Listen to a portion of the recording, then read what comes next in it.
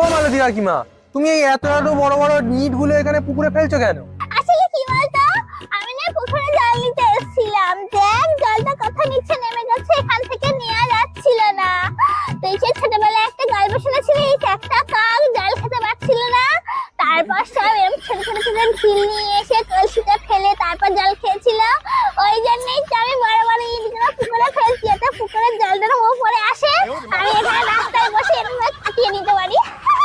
গল্পে নীতি কথা পড়েছিলাম, তুমি তো বাস্তবে প্রয়োগ করছো। বাহ, স্যালুট।